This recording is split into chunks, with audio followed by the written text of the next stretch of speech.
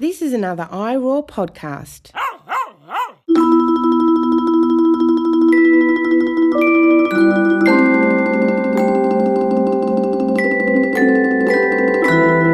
Hello, I'm Leese, and welcome to the latest episode of Think Like a Vegan, a companion podcast to our book, also entitled Think Like a Vegan.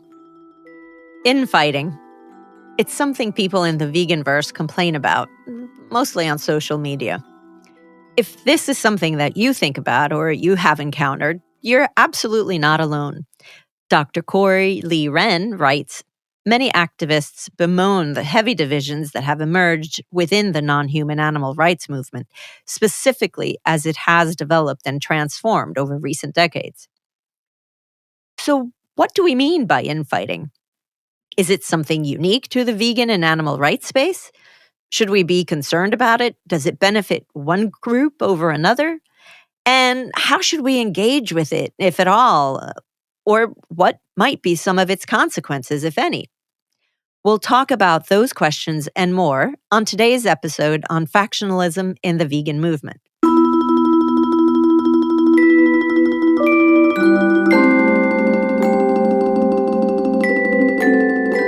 I'm delighted to welcome to the podcast Dr. Corey Lee Wrenn, who is a prolific writer and whose work and advocacy has tremendous breadth. She's a treasure trove of thought-provoking books, essays, and more. I highly recommend her website, CoreyLeeWrenn.com, and that's Wrenn with 2 N's. Welcome, Corey.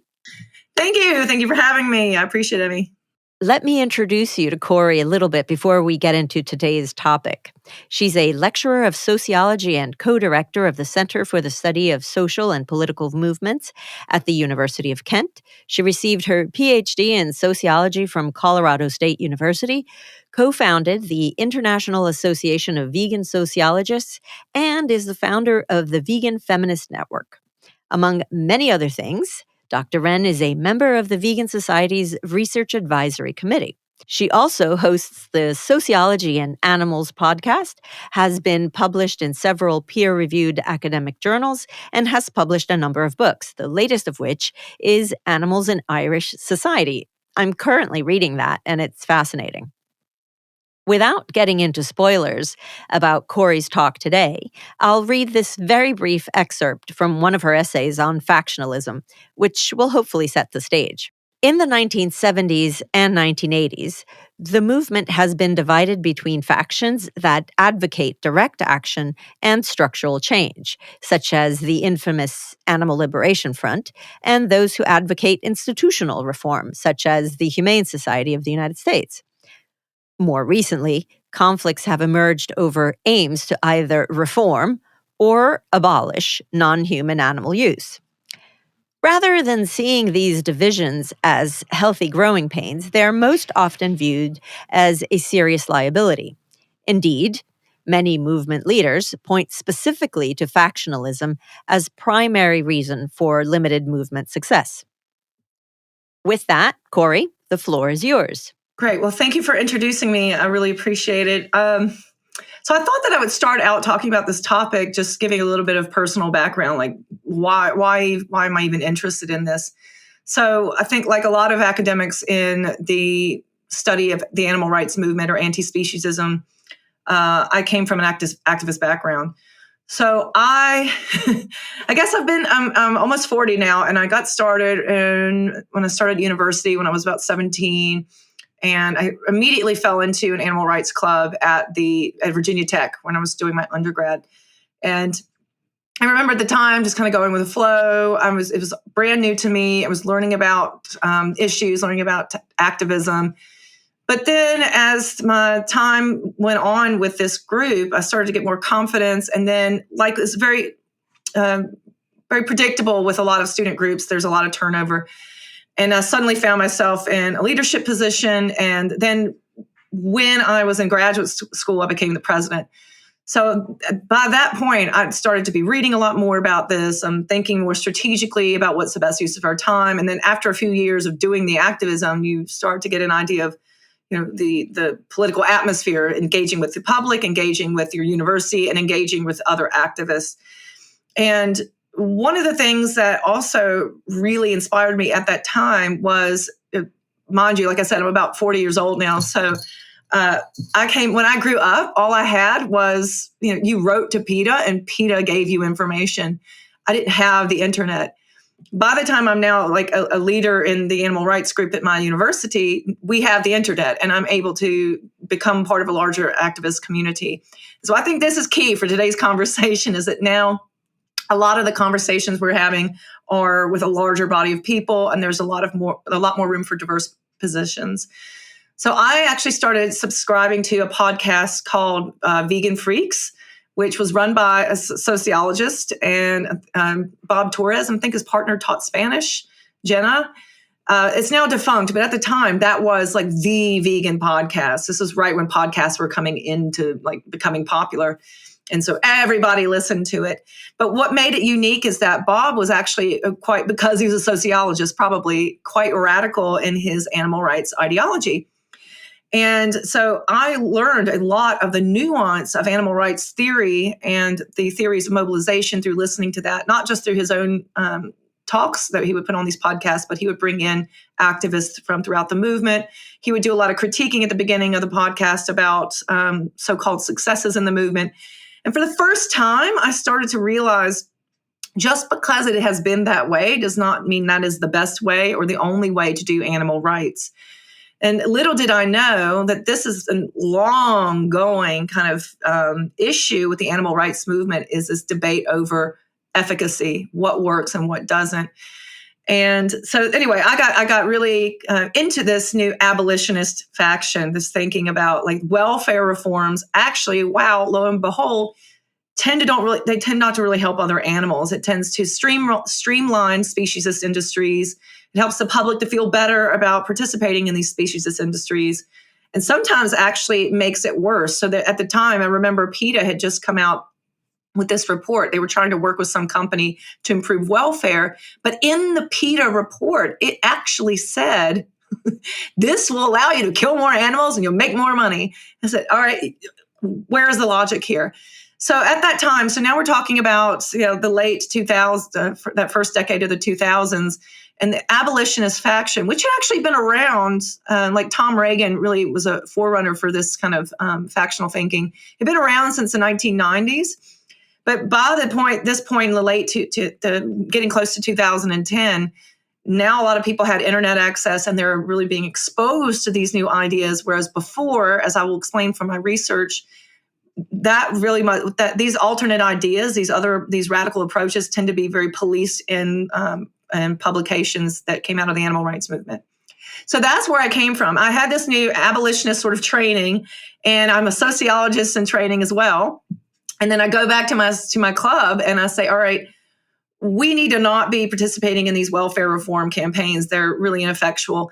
And for instance, there was a university nearby that wanted to collaborate with us to get them to switch to cage-free eggs. And I said, well, we're a vegan club. We're not going to waste our time for cage-free eggs. We'll help you get rid of the eggs, but we're not going to do the cage-free eggs. And I remember then that the guy who was vice president at the time, he would argue with me about that. He's like, well, this is more realistic, and this is how PETA has done it. And then I started to think about all the training, actually, because we were actually in Virginia. So Virginia Tech was actually about a 3-hour drive from DC, which at the time, that's where a lot of these nonprofits headquarters were located. And so like Erica Meyer from Compassion Over Killing would come down to talk. People from PETA would come down to talk. And they were basically, what they were doing is grooming, if I dare say, a generation of student activists to align with their perspective on how to do animal rights. But what we didn't realize at the time was that also in this point in the animal rights movement, it was a dramatic transition in our structure, not just because we have social media access and the internet, but because starting in the late 1980s, really taking off in the 1990s and solidifying by the turn of the century, the animal rights movement had professionalized. It was no longer this grassroots movement that we once had, where everybody has democratic access to how we run the movement and our politics and our theories and our ethics and all that. Those days are gone. Now we have these large nonprofits that are run by a handful of people who are beholden to funders who are now determining what our tactics will be. So this was one of the major elements of the abolitionist sort of critique in that time, was that, all right, who are we actually serving here? Are you serving industries? Are you serving the animals? Are you serving these foundations that are being fed by large corporate industries? Who are we actually serving here? So one of the things about factionalism that I wanted to talk about today is that this factionalism is not just about this infighting. It's something larger. There's a larger kind of structure that's influencing us, what's going on there. So that's where I came from. I was really frustrated that I was learning about this new stuff, and then people in my own activist collective could not think critically about it. I realized they were being groomed by these larger nonprofits. And so it's time to actually look up at the source. What are the nonprofits doing, and how are they structuring, if you will, our discourse? So before we take a break, I just want to give a quick historical, I'll tell you about the present politics, but just a quick history of the animal rights movement before we get into what's happening now. So factionalism, by the way, is not new to this movement, nor is it unique to this movement. It is endemic to all social movements.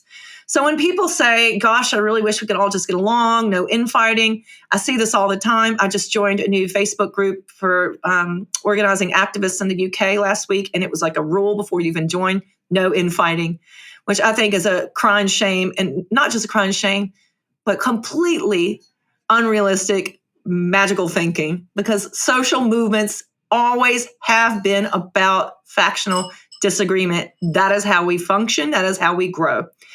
So just that little bit of historical background, from the beginning, when we're looking at least in the West, we had animal rights activists, if you could call them that. A lot of times they were just interested in improving welfare.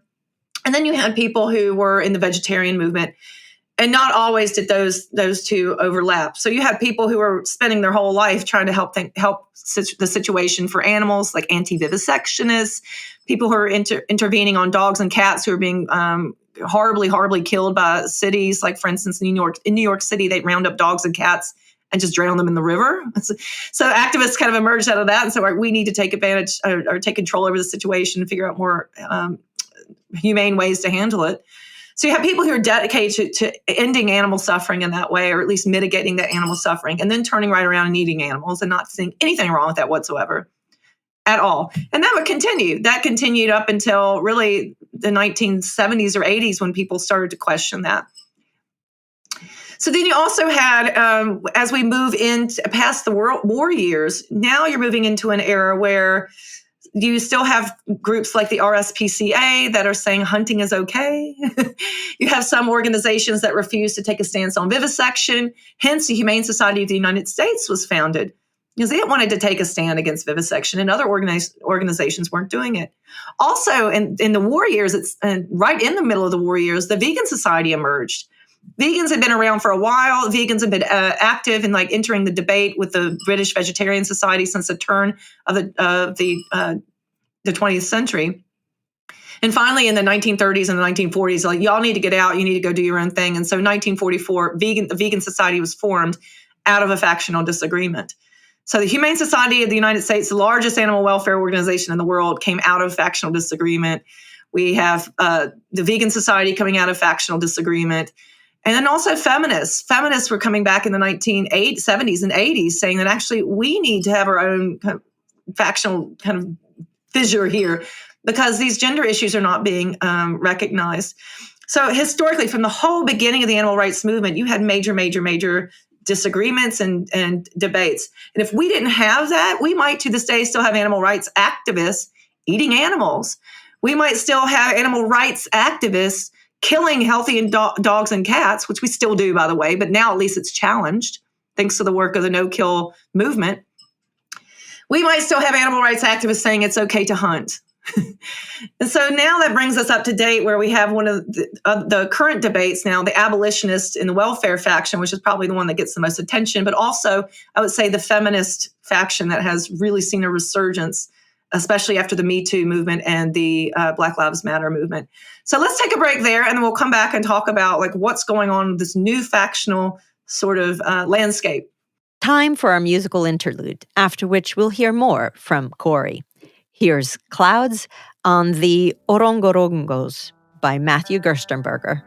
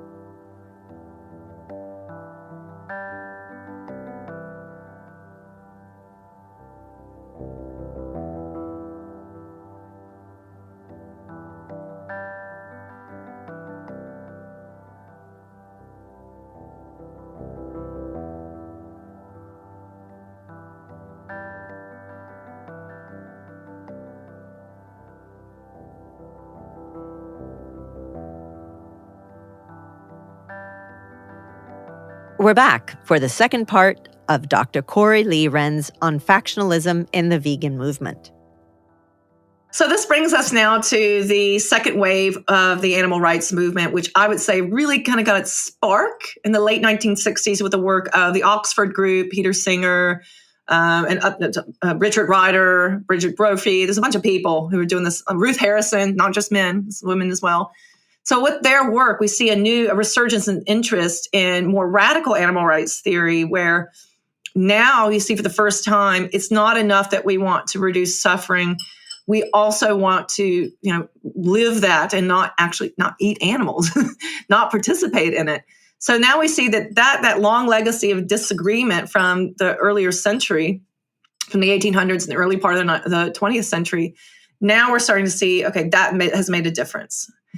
So the feminist movement, for instance, Feminists for Animal Rights, they started an organization in 1980, I believe, and they went all the way up until 2000. So you're starting to see a more radical grassroots type of social movement space. A lot of these organizations were doing direct activism, street demonstrations, groups like PETA, groups like Compassion Over Killing, which I think they've changed their name now to something more generic, which I can't remember right now. But at the time, they were like student organizations. They went out and they did street protests. They went toe-to-toe with police officers. They were happy to get arrested. They celebrated it. We had the Animal Liberation Front that was seeing its heyday in the 1970s and 80s and 90s. And so it was a much, much different movement space then. However, alongside that in the background, some of these older organizations that have been around for a while, they're professionalized, they're hanging in there, they're more institutionalized. And that type of institutionalization is now starting to look a lot more interesting or enticing, if you will. So nonprofitization, for people who, I'm throwing a lot of jargon around here, but when we talk about professionalization, that basically means you turn an activist collective into a professional enterprise. Usually what we mean by that is you become a nonprofit, a registered charity. And so what happens with that is that you have to become completely transparent to the state. So for instance, in the United States, you fill out a non-Nandi form, I believe it is, which in my book, Piecemeal Protests, a lot of the data that I've gathered actually came from these transparent documents. But in the documents, if you look at that, they say, here's how much money I have. Here's where my money is coming from. Here's where our money is going. And basically, here's a complete transparent look into our war chest. And so any kind of resistance to the state that they may have been able to say they had is now gone. Now it's just another money-making enterprise. Even though it's not for profit, they amass huge amounts of wealth and they invest that wealth. And so they are a major economic sector. So why do this? What's the incentive here? Well, thinking about all the stuff I just talked about with the Animal Liberation Front, people are now going to jail. We have the Animal Enterprise Terrorism Act that comes into place in 2006, now making people effectively terrorists if they interfere with government and just animal industries. And people who are getting arrested just for doing street protests, it's grimy work, it's dangerous work, it's risky work.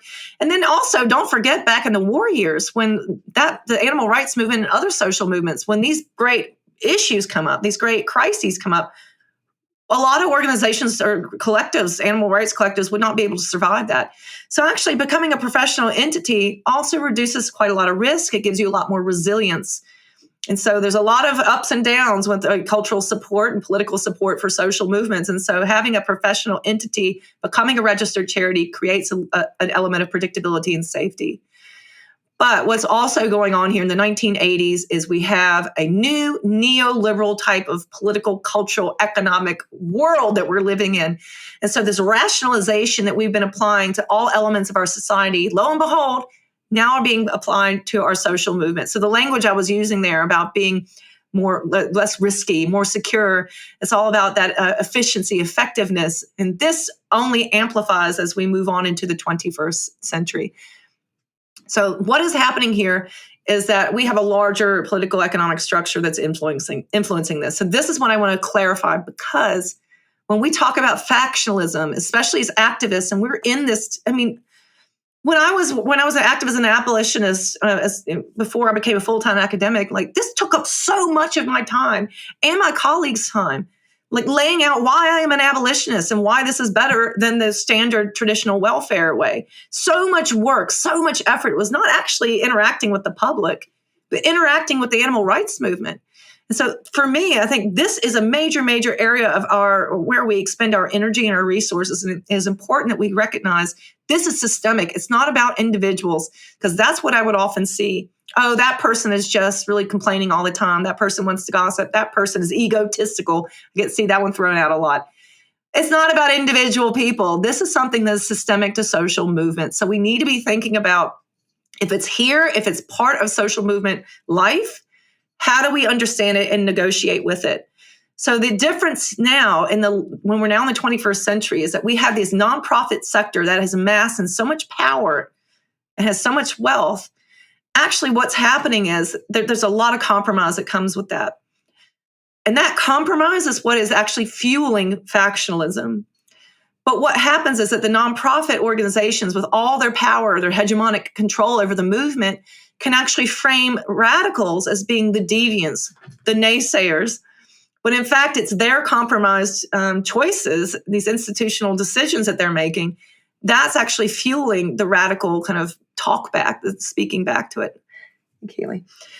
So what I did in my book, Piecemeal Protests, is I actually wanted to see what happened. I looked at 40 years of animal rights activism, starting in the 1980s, and then moving across this. It was basically the end of the second wave and into the third wave, now where we have a social movement space that has been pretty much professionalized.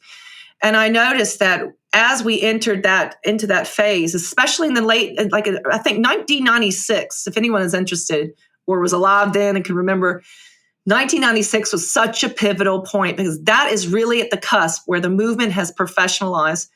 So we had in 1990, and this is a wonderful example, by the way. In 1990, there was an animal rights march in DC, and something like 25, 30,000 people showed up. It was a phenomenal gathering, like no other gathering for animal rights had ever happened in the United States, 1990. Now, a few years later, they tried to replicate that. But by then, all these major organizations had professionalized, and now we're trying to tamper down the radical claims making. Let's not use rights language. Let's talk about animal protection, like trying to water it down. And there was so much infighting about that, about how this is selling out the animals, that actually it completely ruined this second march. Only about 3,000 people showed up, which is like nothing for Washington, D.C., right? So that just goes to show it was a major, major divisive sort of situation in the 1990s. But in 1996, we have the release of Nathan Winograd's book on the no-kill movement. In 1996, we have Gary Francione's book called Rain Without Thunder, which is a critique of the welfare approach that these organizations are using. The feminists are hard at work, like a lot of Carol Adams' stuff is coming out at that time. So there's a lot of really radical sort of responses that are happening to this changed face of the social movement. But what is interesting there was I also wanted to see how are the professionalized organizations handling that? What they're noticing is, well, first off, the first thing they do is they just don't acknowledge them at all, because that's one of the greatest shows of power. If it's a threat to your power, and you might have to deal with it, but they don't see the radicals as a threat to their power, so they just ignore them. But of course, this keeps gathering momentum. So then if they do respond to the radicals, they'll disparage them. Like Vegan Outreach is one that spent so much time disparaging the abolitionists and the vegans, by the way. The Vegan Outreach was not really a vegan organization, at least at the time. I think they've changed leadership now, and that may be different. But then the other thing that they would do is that they would recognize that actually a lot of the efforts of the grassroots, the language that they were using, the tactics that they were using, were seen as more authentic and actually resonated with the public. And so then what would happen is they start to actually mine those symbols and mimic them and repackage them in a way that is actually congruent with their compromised position. It's really bizarre. In my book, I have an example, like Farm, which is one of the largest animal rights groups in the U.S., and they host the Animal Rights Conference each year. Farm it was just one of the most, it's very, very well. And this has changed, by the way. It's kind of a success story. It's definitely gotten a little bit more radical and abolitionist since I did this data collection. But at the time, they were super, super welfare reform. But they would use the language, the imagery of Animal Liberation Front people and say, yeah, join our street team. And they would use typeface that looked like somebody did a home typewriter, even though this is like a major nonprofit organization that has tons of money to support like a regular printed out thing. PETA did the same thing. PETA had a spread in one of their 1990s magazines that says, meet our grassroots team. And by that time, PETA was like a multi-million-dollar nonprofit, like with a huge headquarters in Norfolk, Virginia. And it's like grassroots my ass. It was not grassroots at all, right? So this is what they would do. They would kind of take these things that had resonance with the public and resonance with the activist community and like rework them to say, actually, that's what we're doing. So that's pretty upsetting as well, because really the thing with these radical activists is that by becoming a radical, you're cutting yourself off from all the networking and the power and the wealth that comes along with like aligning with the nonprofits. So most collectives actually will say, I want to go that way because we've been raised in a capitalist society that growth is better, that more money is going to give us a better chance. And that has only gotten even worse since my book is published because now there's the whole like philosophical like I can't remember what it's called. What is it called, Emmy? It's effective altruism. That's it. Yes. The effective. Yeah. It's only gotten worse since I published my book. Right. So the radicals are actually in a very precarious situation because they've cut themselves off from that. And they don't have the big headquarters in Norfolk or DC in order to rally monies and all this sort of stuff. And what happens also is that these big collectives like Farm that does the animal rights conference every year will actively say no radicals are allowed to come. And this happens in other conferences as well. Radicals can't come. So not only do you have no platform and no voice, but you can't even come and like sell your T-shirts and make a few bucks. So you can go make your placards and host your websites and stuff. So they're effectively trying to starve out these radicals. So the radicals, the only thing they have in their favor that helps them to mobilize resources and reach people is their truth telling, because they don't have to put on a lie. They're not beholden to these large foundations for the next grant that's going to keep the lights on and keep your staff paid. They can tell the truth and say this is going to be more effective. And these reductionist welfare kind of lines that you're feeding people, it's not based in reality. So that's what radicals have, and that's what they should hold on to. But unfortunately, now a lot of the nonprofits will come and even take that and skew it and try to apply it to themselves very dishonestly, I'm afraid to say. But the last bit I want to say here, and I'm going to wrap it up, but this seems very doom and gloom. But again, I've been, like I said, I've been in the movement for 25 years, and I've done this big study over the past 40, 50 years of the movement. And what I can say is, although we definitely see this kind of horrific hegemonic, control over our radicals, is that actually radicals can, with persistence, have an impact on the movement. Like I said at the beginning, I'm an animal rights activist and a vegan. If this was 30 years ago, I'd probably just be an animal rights activist, maybe a vegetarian, maybe not, right? So we wouldn't have a movement that thinks, maybe gassing and injecting dogs and cats that are perfectly healthy and adoptable is the best thing for animals. Maybe we should look at the way we structure our adoption process in these shelters. That wouldn't be around today if it weren't for factionalism. That's now much more mainstream. We now have tons and tons of no-kill shelters, and in fact, no-kill cities. And we also would have, we wouldn't have today, like the HSUS, of course, is very, very welfarist, but at least they're anti-vivisection if it weren't for the vivisection debate. And so on and so forth. But more recently, I did hint at it with Farm. I think Farm is a really interesting example. Not only was it a welfarist organization, but it was actively anti-radical. It actively said, Nathan Winograd, you're not allowed to participate. Gary Francione, you're not allowed to participate. I think Gary Francione did participate one year in 2013. And he's got a bad attitude, which he's famous for. And they claimed you can't come again because of that. But really, it was because it was an abolitionist position, I think. And Nathan Winograd, as well. They started putting all these stipulations on, you can't criticize kill shelters if you come on to talk.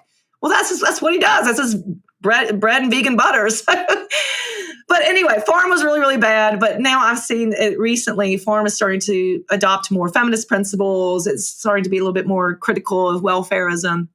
And I've also seen other organizations like Karen Davis's United Poultry Concerns. She used to be quite welfarist, and I know starting in the 1990s, I started to see she was being a bit more supportive of abolitionist positions. And like I said, Vegan Outreach now has different leadership. They're definitely way more feminist and intersectional than they ever were. So there can be change. And I think it's just really important for people in the movement to number one, realize that factionalism is a part of movements and you cannot escape it. You can't hide it. You can't stamp it down. And so number two, the best thing to do is harness it and think about what is the actual role of this discourse of disagreement, and take it seriously. You might not agree with it, but like have to think, look at the legacy of this movement and so many things that we thought were preposterous. What do you mean go vegan? What do you mean stop hunting? What do you mean stop like gassing dogs and cats? Things that we thought were preposterous at one time are now standard in our animal rights movement. And so I think we need to be a bit open now to the possibility of debate and an imagination for alternatives, and realize that a lot of the things that we take for granted as the best way, the most efficient way, the most rational way have been conditioned into us from 20, 30 years of these nonprofits who have actively groomed our movement and actively silenced and villainized radicals. So that would be my plea to folks listening today is, and I'll give a shout out to the Vegan Society. Like, this is not really the case anymore. The Vegan Society used to have open space in its journal and its magazine, its quarterly magazine, for people to debate stuff in the back of it. And that went on until it started to really professionalize 10, 20 years ago. Today, though, it's like the only major animal rights organization with democratic access. So I could go to the annual meeting and have a say. And I think that is so critical. And it would be wonderful if more and more organizations went back to that, reverted to that.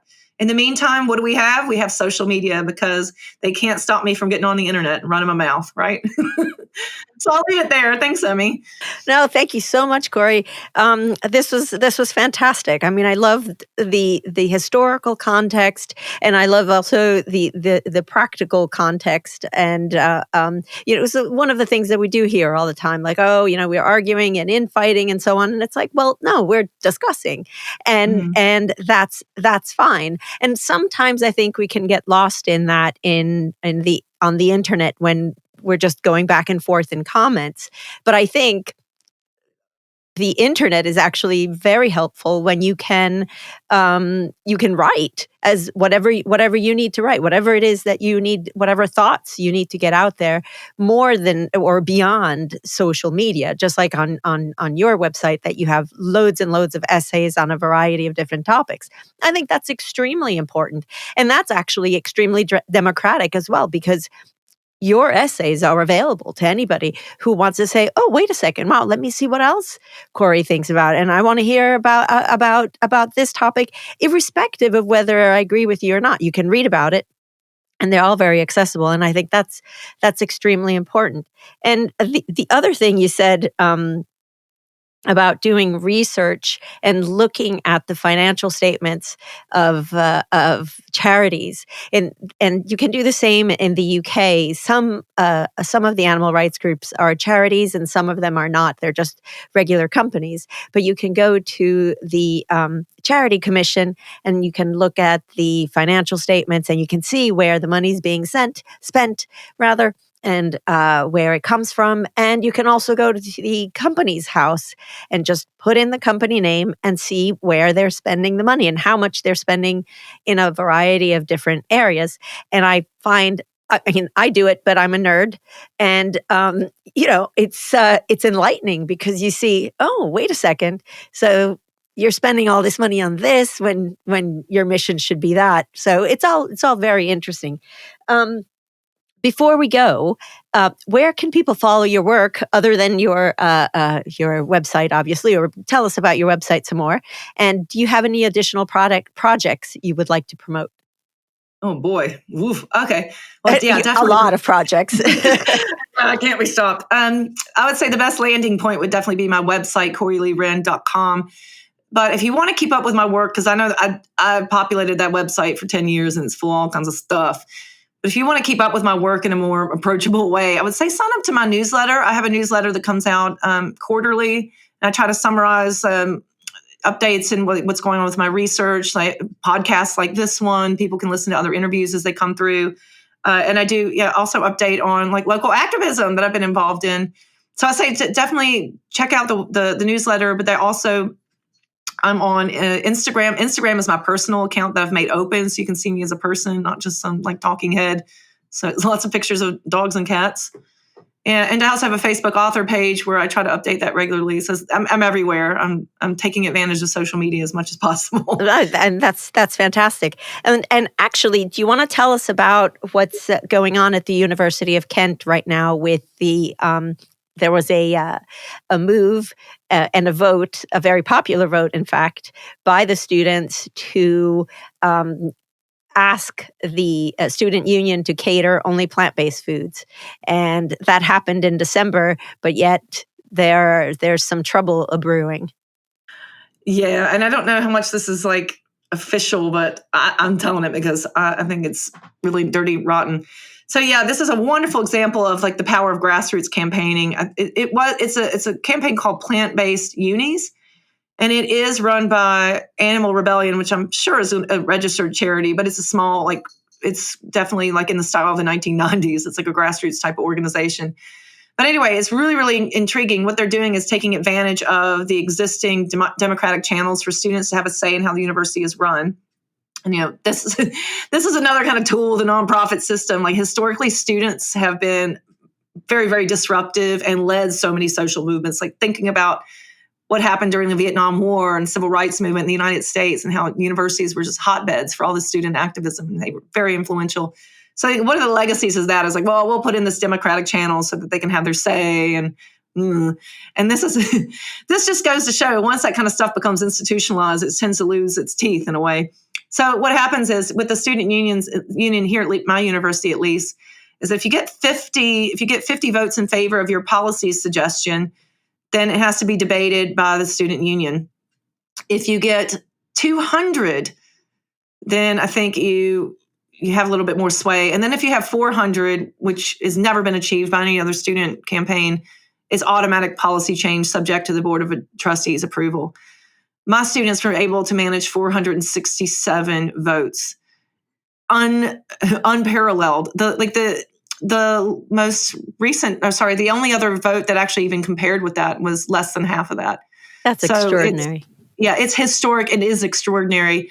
And my students, bless them, I'm so proud of them because when the vote first came out, they only had 2 weeks, and this was right before winter break. So really, they only had a week and a half. And only about 50 people initially voted because nobody knows about it. So they said, well, okay, we're not going to let this just go to nothing. So they went to the library every day, just a group. Sometimes it's just two of them. And they went and stayed hours approaching students one by one and explaining the campaign and asking them if they would vote on the spot. And they brought it up to the vote to 467, historic and extraordinary. So then it should have just been a policy change, just as, give it a stamp and like move on. And by the way, this is not novel. The University of Stirling had already won. Those students already won, and they've already switched to started transitioning. Then there's the London School of Economics, just an hour down the road from us, and they also had won, albeit it was only about 50% transition that they were able to win. But basically, this says, but you should now have all student union facilities should go plant-based within 2 years. And that covers quite a lot of restaurants and catering on campus, a significant amount. So anyway, that was back in December. As we're recording this, it's middle of March the next year, and cricket. So they were asked to come and give a brief presentation to the Board of Trustees in late February. And from what I can gather, they're claiming that this is not democratic, that it's biased, that we got all of our environmental cronies to come in and, rig the vote. And it's just so, it's really, really demoralizing because then on the other hand, you have the University of Kent just launched last week its Right to Food campaign and billing itself as a flagship university for food justice, while it, on the other hand, is silencing students, student-led campaign to do what the university has been dragging its feet to do for years. And it's just ridiculous. So it just goes to show, and I teach environmental politics, and we spend a whole week on the vacuousness that is sustainability rhetoric. And I think this is a prime example of this. I don't want to be discouraging because it hasn't been voted completely down yet. They may give us an alternative. But for instance, a suggestion, maybe have a second vote, which seems pretty silly. Like it seems like they want to keep us voted until they get the vote they want. But we'll see. But I think, like I said, other universities, like since then, the University of Cambridge has won. So I think that really what's going to happen is the University of Kent is going to be embarrassed by claiming to be a sustainable campus and dragging its feet and actually reneging on the democratic channels that they promised to students, made available to students. So that's what's happening there in my neck of the woods. Well, I'm so glad you shared that with us because it's a fascinating situation, and I certainly hope that it gets resolved in the favor of the students who have 467 students who voted for this. Yeah. That's an incredible accomplishment, and I really hope it works out. So thanks again for sharing that, and thanks so much for coming on the podcast. I really, really appreciate it. I'm absolutely grateful for your time. Thank you. It was a real delight. I love talking about this subject. It shows. Loved it as well. Thanks again. Cheers.